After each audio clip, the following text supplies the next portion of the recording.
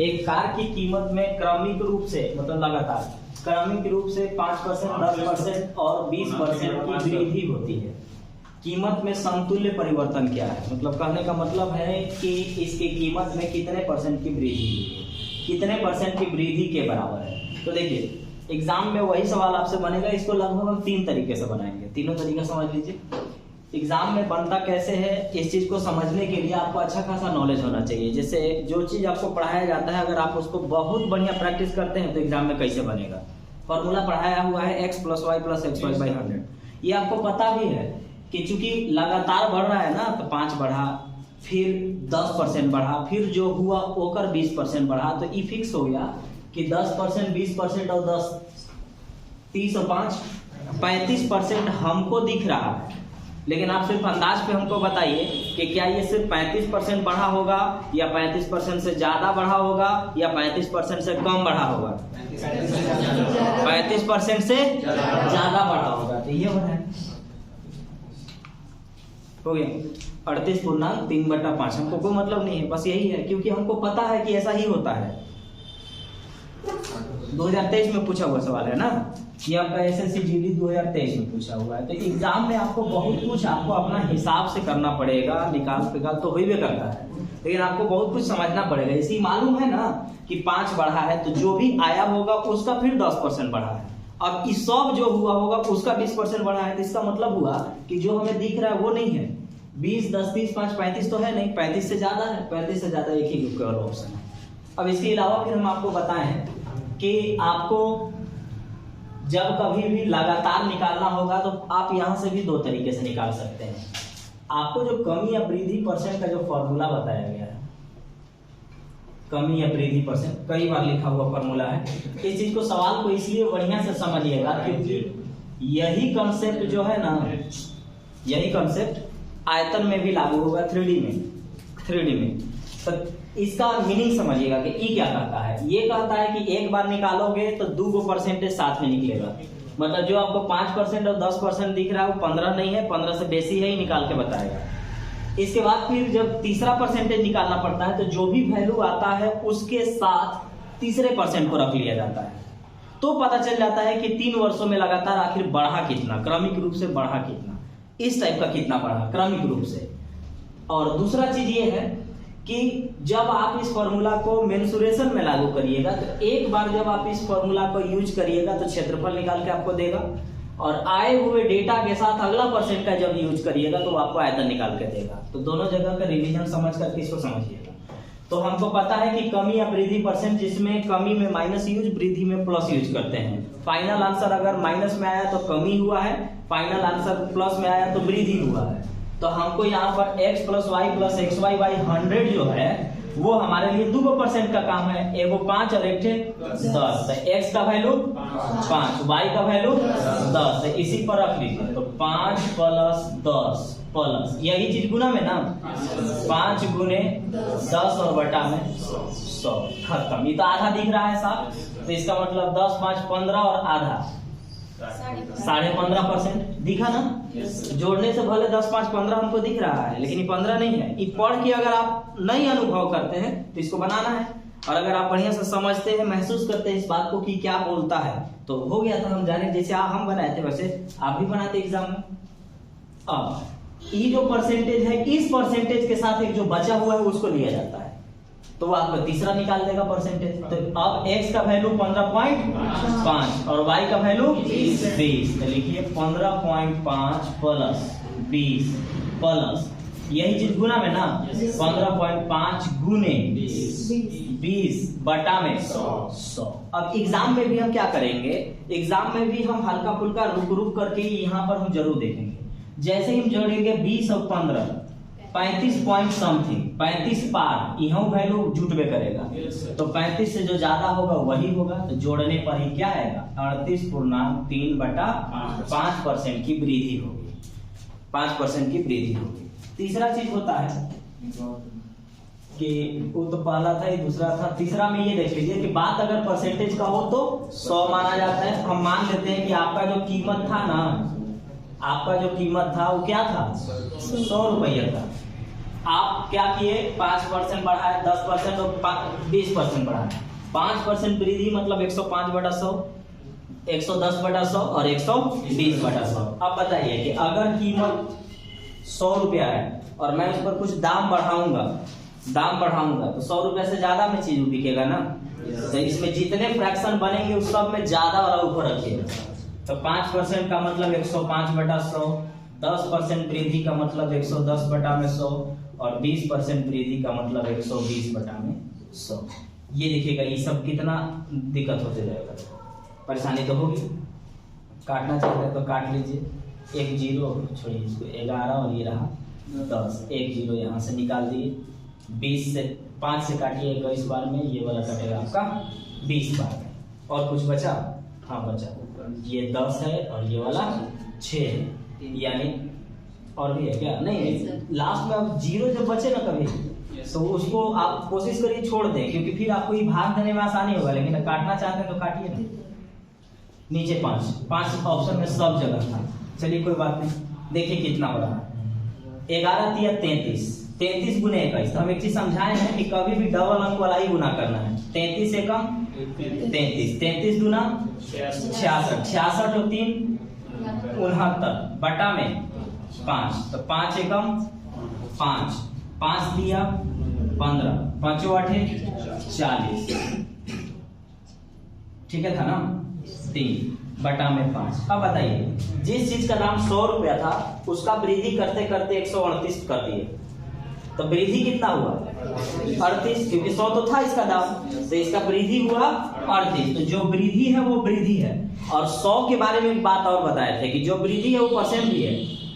जैसे 1 रुपया है और अगर कोई चीज, कोई भी चीज, चाहे क्रय मूल्य, विक्रय मूल्य, अंकित मूल्य, कुछ भी अगर 100 माना हुआ है तो 1 रुपया 1%, 10 रुपया 10%, तो 38 रुपया 38%। तो 38.3/5% का आप इसको लाभ के रूप में गिन सकते हैं। आप इसको ये कह सकते हैं कि ये दाम बढ़ते बढ़ते यहाँ चला गया। आप इसको ये कह सकते हैं कि पहले और इस दाम में इतने % का डिफरेंस है। किसी भी प्रकार से इस सवाल को आप बोल सकते हैं।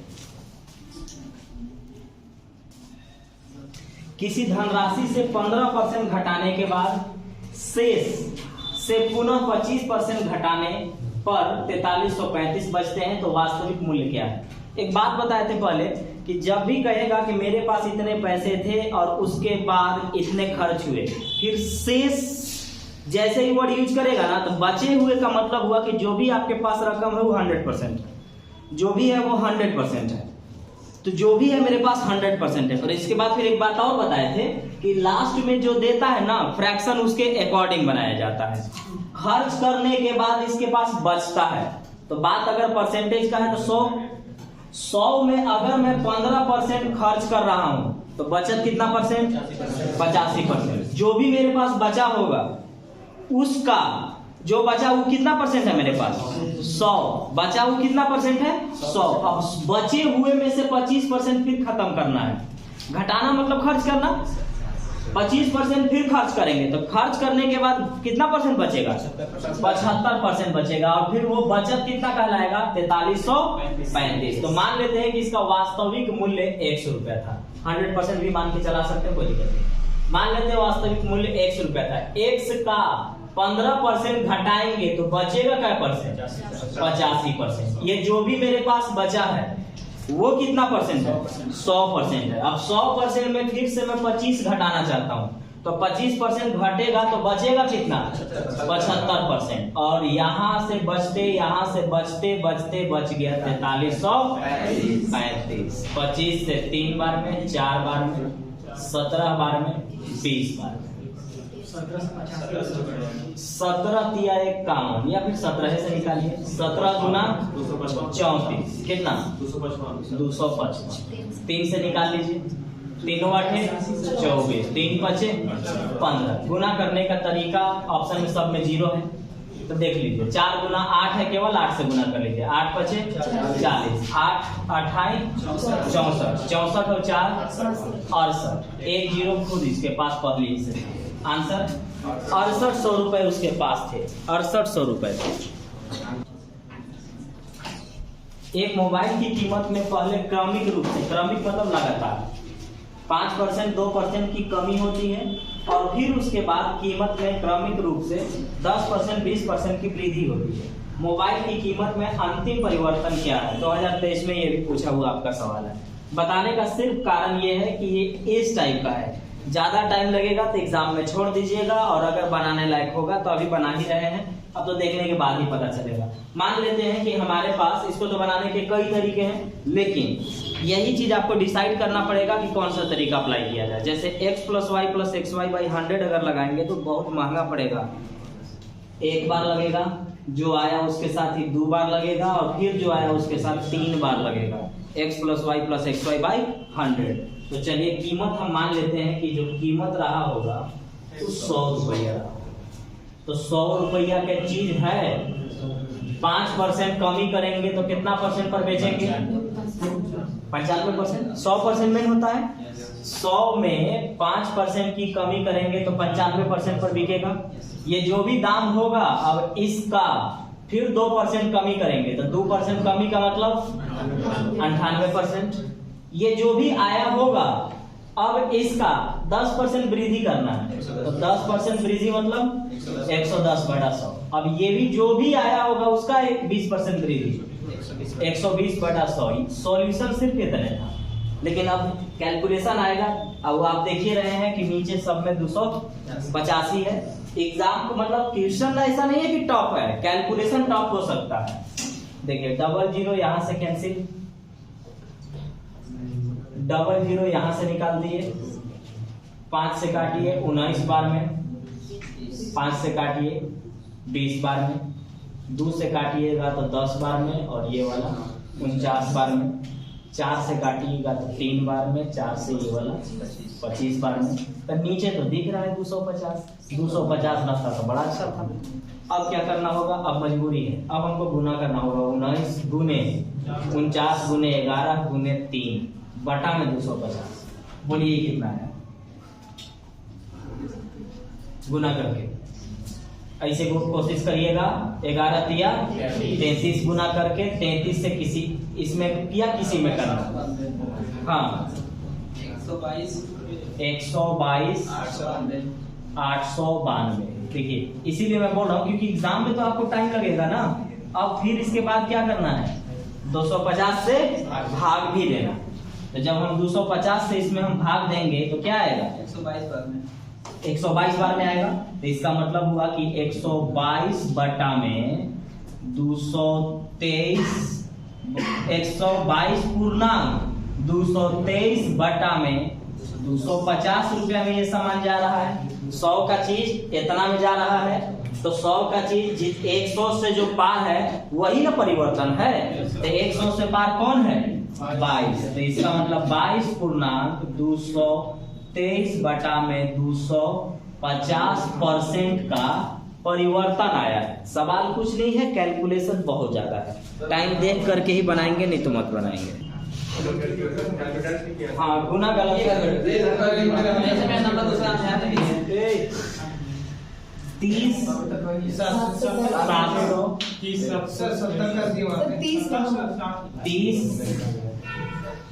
723। अब जब भाग देंगे तो ये बनेगा। ठीक है, जगह गलत हो गया। एक व्यक्ति अपनी मासिक आय का 31% और 9% क्रमशः भोजन और कपड़ों पर खर्च करता है, और शेष का 1/3 बच्चों की शिक्षा पर खर्च करता है। खर्च हुआ है 3 जगह, भोजन, कपड़ा और बच्चों की शिक्षा पर। वह प्रति माह 4500 रुपया बचाता है। अब तीनों के बारे में बोल रहा है कि भोजन, कपड़ा और शिक्षा पर खर्च करने के बाद शेष राशि का आधा के बराबर मतलब इतना जो खर्च होगा, शेष राशि का आधा खर्च होगा, तो उसकी मासिक आय कितनी है? मेन पॉइंट इसमें यहाँ पर देखिएगा 4500 रुपया दिया हुआ है। मेन पॉइंट यहाँ पर 4500 रुपया दिया हुआ है, और अगर ये 4500 रुपया दिया हुआ है तो ये क्या है? तो ये है बचत। तो अब आपको बचत करना है, तो देखिए डायरेक्ट बचा लीजिए। 100% का मतलब इसका पूरा इनकम।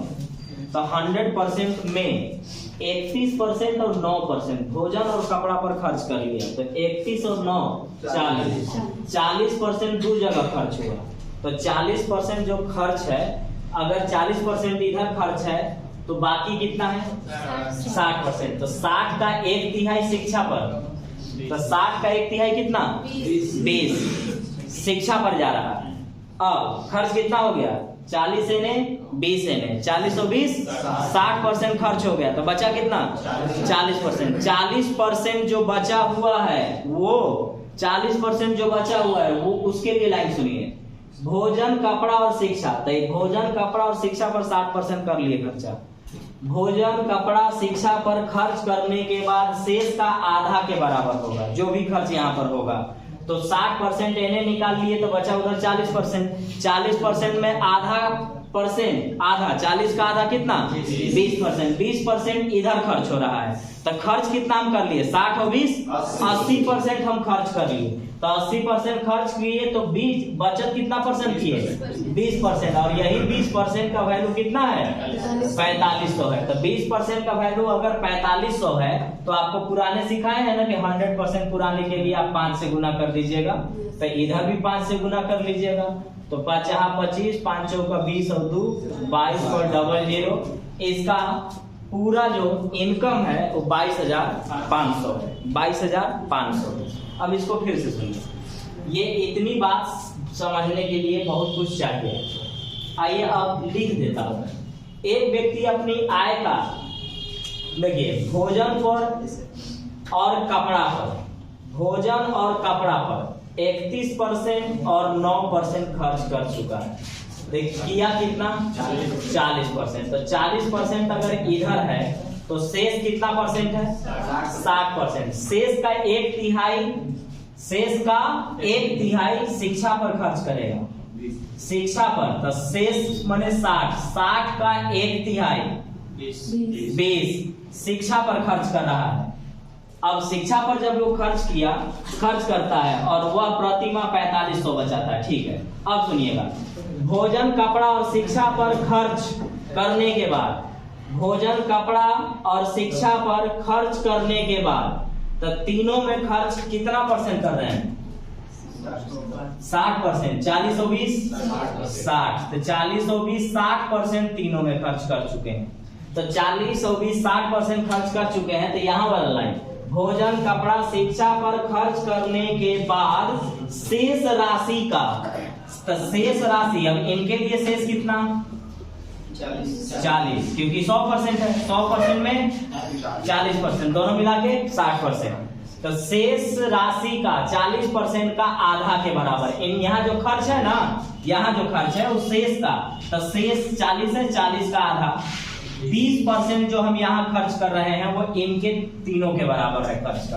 तो हम पूरा खर्च कितना परसेंट कर लिए 80%। हाँ 60% यहाँ किए थे और 20% यहाँ कर लिए। तो 60 और 20 80% हम खर्च कर लिए। तो 80% खर्च कर लिए तो हम बचत कितना परसेंट किए 20%। यही 20% का जो वैल्यू है ना वो 4500 कह रहा है। तो यही जो 20% का वैल्यू है वो 4500 है। यहाँ लिख देता हूँ। तो 20% का वैल्यू अगर 4500 है तो 1% का वैल्यू कितना होगा 4500 बटा में 20। तो 100% का वैल्यू कितना होगा गुने 100। 100% मतलब क्या 100% मतलब पूरा इनकम 5 से गुना किए 22,500। आपको ये प्रैक्टिस बढ़िया कर लेंगे 4 से 5 बार, तब सिर्फ ये बना पाएंगे डायरेक्ट, नहीं तो नहीं बनेगा। नहीं तो फिर आपको यही करना होगा। आपको ये बना के इसलिए दिखा दिए ताकि आप इसको ऐसा प्रैक्टिस करें कि आप इस जगह पर पहुंचे। कुछ लोग 1 बार में पहुंच जाएगा, यहाँ 2 बार में पहुंचेगा, किसी को 10 बार भी लगेगा। तो जो अपना लेवल का होगा उस लेवल से यहाँ पहुंचेगा जी, चाहे जितना बार लगे उससे मतलब नहीं। 3 उम्मीदवार कहाँ गए 3 उम्मीदवार ए बी सी के बीच में चुनाव हुआ। पंजीकृत यानी रजिस्टर्ड मतदाता में से 80% मतदान कर रहे हैं, सभी वोट वैलिड हैं। उम्मीदवार बी को ए से 50% कम, बी को सी द्वारा हासिल किए गए मतों की संख्या के बीच का अंतर 10,000 था। यदि बी को सी से 10% अधिक मिला तो मतदाता सूची में, हाँ बी को कोई बात नहीं, जो भी लिखा है, बी को सी से 10% अधिक मिला तो रजिस्टर्ड वोट कितने थे? रजिस्टर्ड वोट 100% होते हैं।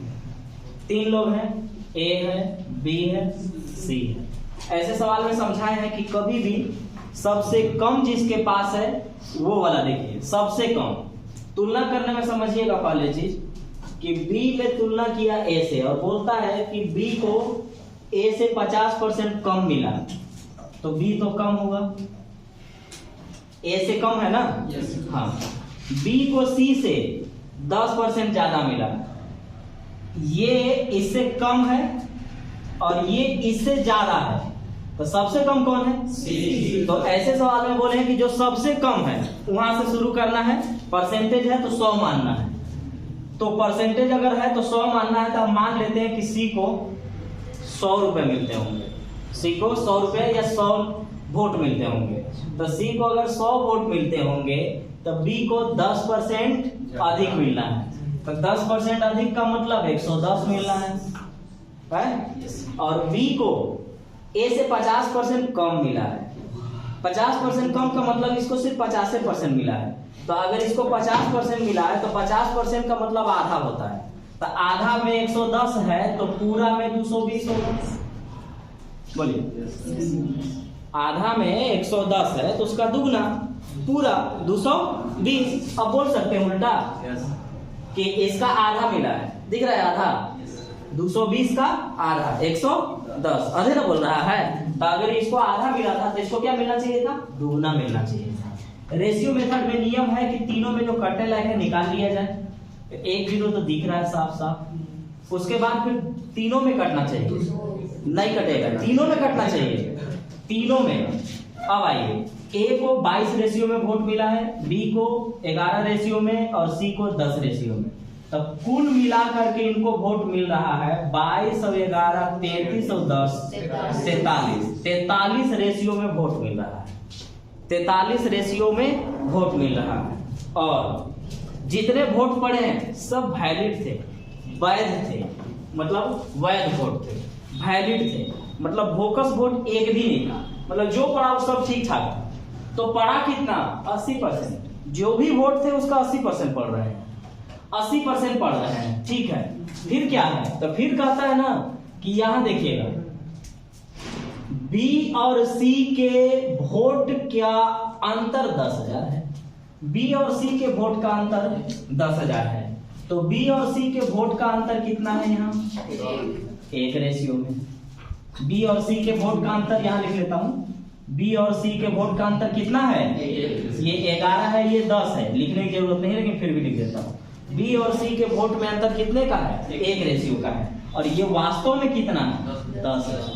तो 1 रेशियो का वैल्यू 10,000 है, तो 1 रेशियो का वैल्यू 10,000 है, तो कुल वोट 43 रेशियो में पड़ा है। कोई वोट इनवैलिड है ये नहीं था, बोकस है ये नहीं था, खराब है ये नहीं था, तो 1 रेशियो का वैल्यू 10,000 है, तो कुल वोट कितना रेशियो में? 43 में, क्योंकि तीनों को पड़ा है, तो 1 रेशियो का वैल्यू 10,000, तो 43 रेशियो का वैल्यू 43 पर 4 जीरो, ये रहा कुल वोट पड़ा, वोट पड़ा कितना, इसको बोलेंगे 4,30,000, 4,30,000 वोट पड़ा, तीनों को कोई वोट खराब है ये नहीं था, तो इसका मतलब जितना पड़ा वो सब के सब इन लोग को पड़ गया, तो 4,30,000 वोट पड़ा, और यह वोट कुल वोट का 80% था, क्योंकि जितने वोटर्स थे वो सब के सब वोट नहीं डाले थे, सिर्फ 80% ने अपना वोट डाला था। यहाँ देखिए, चुनाव में पंजीकृत मतदाताओं में से 80% मतदाता ने मतदान किया, मतलब वोटर्स ने, तो इसका मतलब है कि जितने लोगों ने वोट दिया वो तीनों का दिए, खराब तो हुआ नहीं, तो तीनों इन लोग सब मिला के तीनों को कितना वोट दिया? 4,30,000, और यह कुल वोट का 80% था, क्योंकि सब ने नहीं दिया, तो आप कह सकते हैं कि 80% का वैल्यू 4,30,000 है, तो 1% का वैल्यू 4,30,000 बटा में 80, तो 100% का वैल्यू गुना 100, 100% मतलब वोट था कितना, कितने वोट थे? ये जीरो खत्म हो गया, 8 से निकाल दिया जाए इसको, 8 पचे 40, 3 8 तरीके 24, 60 हो गया, 60 हो गया। तो 8 सते 56 और 8 पचे 40, 53 75 पर 2 जीरो और चाहिए। 53 75 पर 2 जीरो और चाहिए। एग्जाम में अच्छा खासा इस लेवल का प्रैक्टिस रहेगा तो टच करना है, और नहीं तो इसको लास्ट में आप बनाइएगा। आपको बनाने में उलझन होगा, एक चक्कर में 4 गो और छोड़िएगा।